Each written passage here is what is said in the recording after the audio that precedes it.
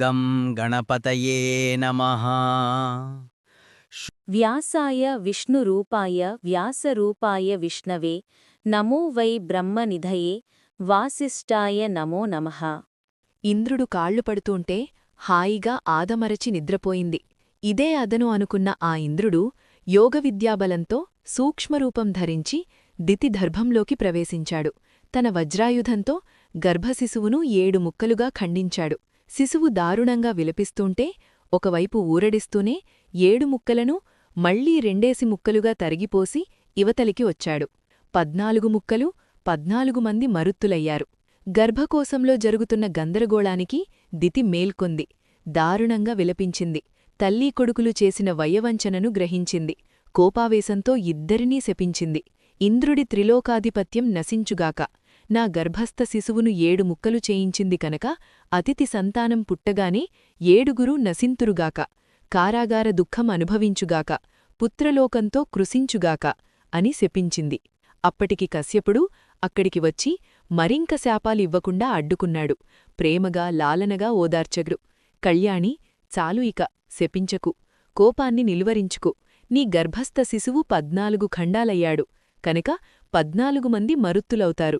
ఇంద్రుడితో సమస్కందులవుతారు. అతడికి పరమమిత్రులుగా మెలుగుతారు. 28వ ద్వాపరంలో అంశావతారంగా మానవ జన్మ ఎత్తి అదితి నీ శాపాన్ని అనుభవిస్తుంది. వరుణుడు కూడా మొన్న నా మీద అలిగి ఇలాంటి శాపమే ఇచ్చాడు. మీ ఇద్దరి శాపాల వల్ల మేమిద్దరము మానుషజన్మ ఎత్తుతాము. ఈ ఓదార్పు మాటలకు దితి సంతృప్తి చెందింది. మరింకేమీ మాట్లాడకుండా దుఃఖాన్ని దిగమింగుకుంది. జనమేజయ, శాపకారణం విన్నావుగా. కశ్యపుడు యదువంశంలో వసుదేవుడుగా జన్మించాడు. అదితి దేవకీదేవిగా జన్మించింది. ఈ కథ విన్న జనమేజయుడికి మతిపోయింది. ఏది ధర్మం, ఏది అధర్మం, ఎవరిని నమ్మాలి, ఎవరిని ఆదర్శంగా తీసుకోవాలి అంతా అగమ్యగోచరంగా కనిపించింది. మహానుభావ, మహామతి, వ్యాసమహర్షి, చాలా ఆశ్చర్యంగా ఉంది నువ్వు చెప్పిన ఈ వృత్తాంతం. ఈ సంసారమంతా సృష్టి ఒక పెద్ద పొపకూపం. దీని బంధనాలనుంచి ఎవ్వడూ తప్పించుకోలేడు. కశ్యపుడంతటివాడు దిక్పాలకుడి గోవును అపహరించాడు. త్రిలోకాలకు అధిపతి అయ్యుండి అతడి కొడుకు దేవేంద్రుడు ఇంతటి జుగుప్పితం చేశాడు. గర్భంలో ప్రవేశించి పిండాన్ని ఖండఖండాలు చెయ్యడం పరమదారుణం కదూ. పైగా సేవకోసం వచ్చానని ఒట్టువేసి మరీ చెప్పి నమ్మించి మోసం చెయ్యడం, గర్భశోకాన్ని కలిగించడం ఎంత దారుణం. ధర్మానికి శాసకుడు, ముల్లోకాలకు రక్షకుడు అయిన ఇంద్రుడే ఇంతటి నీచానికి ఒడికట్టాడంటే ఇంక ఈ లోకంలో ఎవరు ఏది చేస్తే మాత్రం తప్పవుతుంది. కురుక్షేత్ర మహాసంగ్రామంలో అందరూ దారి తప్పినవారే. భీష్ముడు, ద్రోణుడు, కృపుడు, కర్ణుడు, ధర్మరాజు అంతా అందరూ ధర్మం తప్పారు. వీరందరికీ శ్రీకృష్ణుడు ప్రేరకుడు కావడం మరీ వింత. సంసారం నిస్సారమని తెలిసిన మహామేధావులే వీరంతా. దేవాంశ సంభూతులే వీరంతా. ధర్మతత్పరులే వీరంతా. అందుకేనా అంత నింద్యంగా ప్రవర్తించారు. మహర్షి, వీరి కథలు విన్నాక ఇక ధర్మం పట్ల ఆస్థ ఎవరికుంటుంది? ధర్మానికి ప్రమాణమేమిటి? ఇది ధర్మము అని దేనిని ఎలా నిశ్చయించడం? ఎవరిని అనుసరించడం? మహాత్మా, నాకు మతిపోతోంది. ఆప్తవాక్యం ప్రమాణం అనేట్టయితే అసలు ఆప్తుడెవరు? దేహదారి ప్రతివాడూ విషయాసక్తుడే. రాగం వల్లనే కదా ద్వేషం పుట్టేది. ఒకరి పట్ల రాగం ఉంది అంటే మరొకరి పట్ల ద్వేషమున్నట్టే. తన ప్రయోజనం దెబ్బతింటే కొందరి పట్ల రాగము, కొందరి పట్ల ద్వేషము ఆవిర్భవిస్తాయి. ద్వేషం వల్ల అసత్యవచనం సంభవిస్తుంది. స్వార్థసిద్ధి కోసం భయంతో అబద్ధాలాడటం తప్పనిసరి అవుతుంది. జరాసంధుణ్ణి చంపడం కోసం శ్రీమహావిష్ణువంతటివాడు బ్రాహ్మణ రూపం ధరించాడు. అన్ని ధర్మాలూ తెలిసి మోసం చేశాడు. ఇక ఆప్తుడెవరు? ప్రమాణమేమిటి? యజ్ఞ సందర్భంగా అర్జునుడు ఇంతే చేశాడు. బ్రాహ్మణ రూపంలో వచ్చి మత్స్యయంత్రాన్ని ఛేదించడం. ఇక నా బొంద యజ్ఞమేమిటి? శమదమాలు, ప్రాథమిక ధర్మాలు లేకపోయాక ఎందుకు చేసినట్టు? పరలోక పదార్థం కోసమా, కీర్తికోసమా, మరింక దేనికోసమైనానా? ధర్మానికి 4 పాదాలని వేదం చెబుతోంది. వాటిలో సత్యం మొదటిది, సాచం రెండవది, దయ మూడవది, దానం 4వది. ఇవే లేకపోయాక ఇక ధర్మం ఎలా నిలుస్తుంది? ధర్మం లేకపోయాక చేసిన పని ఆశించిన ఫలితాలను ఎలా ఇస్తుంది? ఇంతటి ప్రధానమైన ధర్మం పట్ల ఎవడికీ ఒక పట్టుదలగాని, ఒక ధ్యాసగాని, ఒక స్థిరమైన ఆసక్తిగాని ఉన్నట్టు ఎక్కడా కనిపించడంలేదు. మోసం చేయడానికే, అంటే ఉద్దేశపూర్వకంగా విష్ణుమూర్తి వామనుడయ్యాడు. జగత్ప్రభువు బలిచక్రవర్తిని మోపగించాడు. బలిచక్రవర్తి సామాన్యుడా? 100 యజ్ఞాలు చేశాడు. వేదాజ్ఞలను తూచా తప్పకుండా పాలించాడు. ఏవాడూ ధర్మం తప్పలేదు. దానమతని శీలం. సత్యవాది, జితేంద్రియుడు. అంతటివాడ్ని అకస్మాత్తుగా అధఃపాతాళానికి అనగదొక్కాడు శ్రీమన్నారాయణుడు. మహర్షి, కృష్ణుడు అంటే వ్యాసుడు. ఇంతకీ ఆ ఇద్దరిలో ఎవరు ఎవరిని జయించినట్టు? బహుపురాణకర్తవు, నువ్వే చెప్పాలి మరి. జనమేజయ, సందేహమేముంది? విజయం బలిచక్రవర్తిదే. యావత్ భూగోళాన్ని దానం చేసిన మహానుభావుడతడైతే మాటవరణకు త్రివిక్రముడనిపించుకున్న శ్రీమహావిష్ణువు మోసం కోసం వామనుడైపోయాడు. అంతేకాదు రాజేంద్ర, విష్ణుమూర్తి బలిచక్రవర్తికి ద్వారపాలకుడు కూడా అయ్యాడు. నువ్వన్నట్టు సకల ధర్మాలకు సత్యమే మూలం. అయితే దేహదారులకు అది దుస్సాధ్యం. మాయాశక్తి కడుంగడు బలీయసి, బహురూపిణి. దాని త్రిగుణాలతో ఈ విశ్వమంతా రంగులు పులుముకుంటుంది, సబలితమవుతుంది. సత్యమే మోసంగా, మోసమే సత్యంగా భాసిస్తుంటాయి. ఈ సమ్మిశ్ర స్థితి సనాతనం. ఎక్కడో ఒక వైఖానస మహర్షులు, నిస్పంగులు, నిష్ప్రతిగ్రహులు, సత్యయుక్తులు, వీతరాగులు, గతతృష్ణులు ఉన్నారంటారు.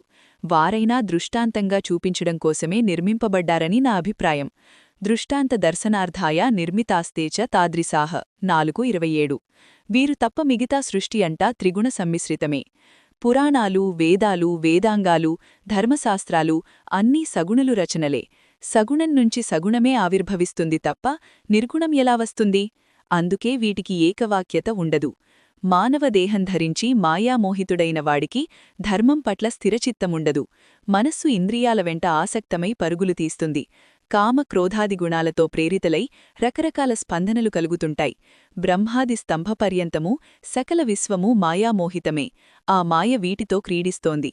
ఇంద్రియాలు కోరుకున్నది లభించకపోతే మనిషి వెంటనే పాల్పడేది అసత్యానికే. దానికోసం వంకలు వెతుక్కుంటాడు. కామ క్రోధాదులను మించిన శత్రువులు లేరు. ఇవన్నీ కలిసి మానవుణ్ణి పాపకూపంలోకి పడదోస్తాయి. వీటికి వసుడైన మనిషి మరింక మంచి చెడ్డలను గుర్తించలేడు. ఈ పని చేయదగినది, ఈ పని చెయ్యకూడనిది అనే వివేకం కోల్పోతాడు. ఐశ్వర్యం చేకూరింది అంటే అహంకారం బలపడిందన్నమాటే.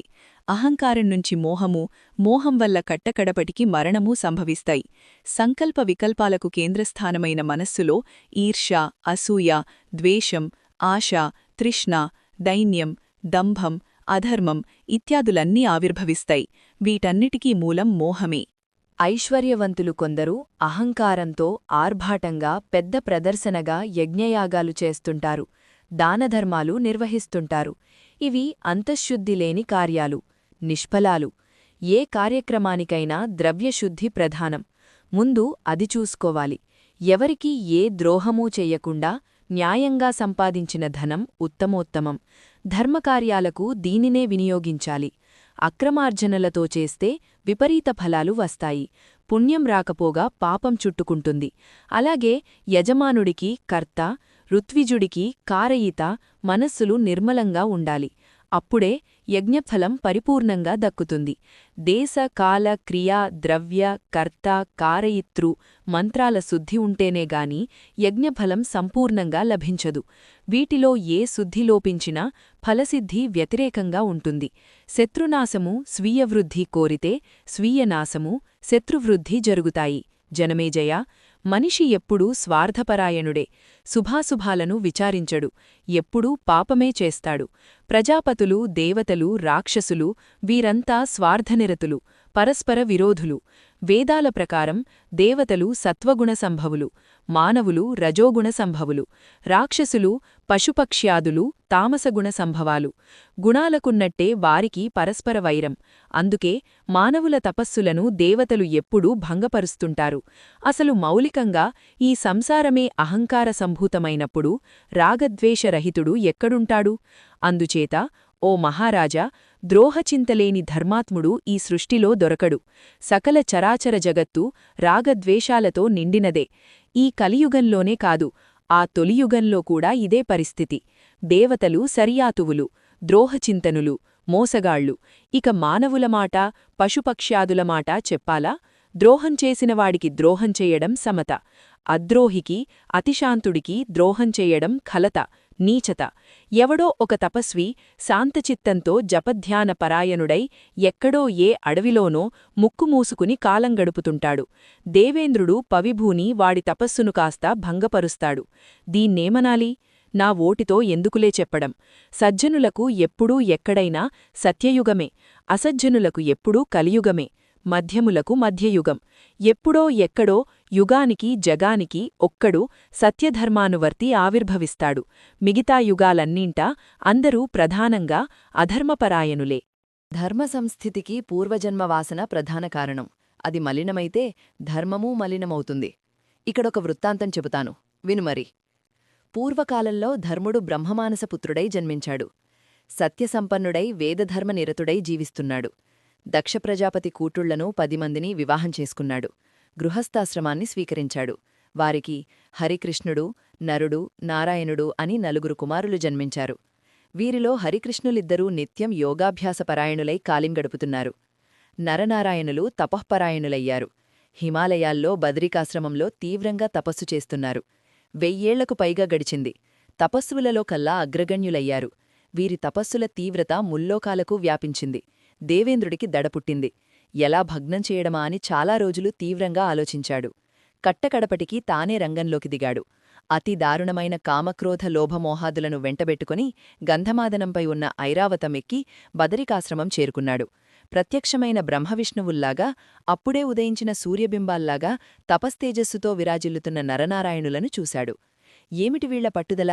తపస్సుతో ఏం చేద్దామనుకుంటున్నారు అని ఆలోచిస్తూ దగ్గరికి వెళ్లాడు. మహానుభావులారా, ధర్మసుతులుగదా మీరు, చాలా తీవ్రంగా తపస్సు చేస్తున్నారు. ఏమిటి మీ ఉద్దేశం? ఏమిటి మీ ఆకాంక్ష? ఉత్తమోత్తమమైన వరమిద్దామని వచ్చాను. ఇవ్వకూడనిదే అయినా ఇస్తాను. అంతగా సంతోషించాను మీ తపస్సుకి. కోరుకోండి అన్నాడు. నరనారాయణులు ఉలకలేదు పలకలేదు. ఇంద్రుడు మళ్లీ అదే ప్రకటించాడు. స్థిరచిత్తులై ధ్యానంలో మునిగిపోయిన ఆ జంటమునులలో చలనం లేదు. ఇంద్రుడికి రోషం వచ్చింది. మాయామోహినిని సృష్టించాడు. వారిపైకి ఉసిగొల్పాడు.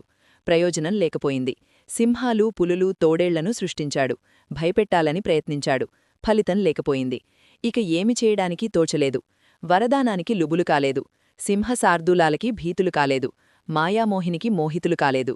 వీరి తపస్సుని భంగపరచడం ఎలాగు చెప్పుమా అనుకుంటూ తిరిగి తన మందిరానికి వెళ్ళిపోయాడు. బాగా యోచన చేశాడు. జనమేజయా, ఆదిశక్తి సనాతని సర్వలోకేశ్వరి పరాప్రకృతి అయిన మహావిద్యను నిష్ఠతో ఉపాసించేవారిని ఎవ్వరూ ఏమీ చెయ్యలేరు. దేవాసురుల మాయలన్నీ ఆ మహామాయ ముందు ఓడిపోవలసిందే. చిన్నమాయలు పెదమాయను ఏం చేస్తాయి? మహామాయను ఉపాసించేవారికి ఎవ్వరూ ఏ విఘ్నాలూ కల్పించలేరు. వాగీజ కామబీజ మాయాబీజ మంత్రాలను జపించేవారిని ఎవ్వరూ బాధించలేరు. అయినా దేవేంద్రుడు మోహితుడై మరొక ప్రయత్నం చేశాడు. మన్మధుణ్ణి వసంతుణ్ణి పులిపించాడు. రతిదేవితో అప్పరసులతో బదరీకాశ్రమానికి వెళ్లి నరనారాయణులను కామాతురులను చెయ్యండి అని ఆజ్ఞాపించాడు. సుగంధ పరిమళాలతో, పూలబాణాలతో, ఒంపుసొంపుల వొయ్యారాలతో వారి మనస్సులను సమ్మోహితం చేసి లొంగదీయండి. ఇది దేవకార్యం. మన్మథా, ఈ ప్రపంచంలో దేవదానవ మానవ జాతులలో నీ బాణాల తాకిడికి లొంగిరానివాడెవడు? నీ శక్తి అమోఘం. బ్రహ్మ, విష్ణు, మహేశ్వరులే కాదు, నీ అందానికి సాటివచ్చే చంద్రుడు కూడా నీకు నీ పూలబాణాలకు ఓడిపోయినవాడే. ఇక ఈ నలనారాయణులొక లెక్క. పైగా ఇంతమంది అప్సరసలు నీ వెంట వస్తున్నారు. నిజానికి ఒక రంభ, ఒక తిలోత్తమా చాలు. అసలు నువ్వొక్కడివే సరిపోతావు. అటువంటిది ఇంతమందితో కలిపి వెడుతున్నావంటే ఇక చెప్పేదేముంది? జయం మనదే. వెళ్ళిరా, కార్యం నెరవేర్చు. నువ్వు కోరినదల్లా వీకు బహుమతిగా ఇస్తాను.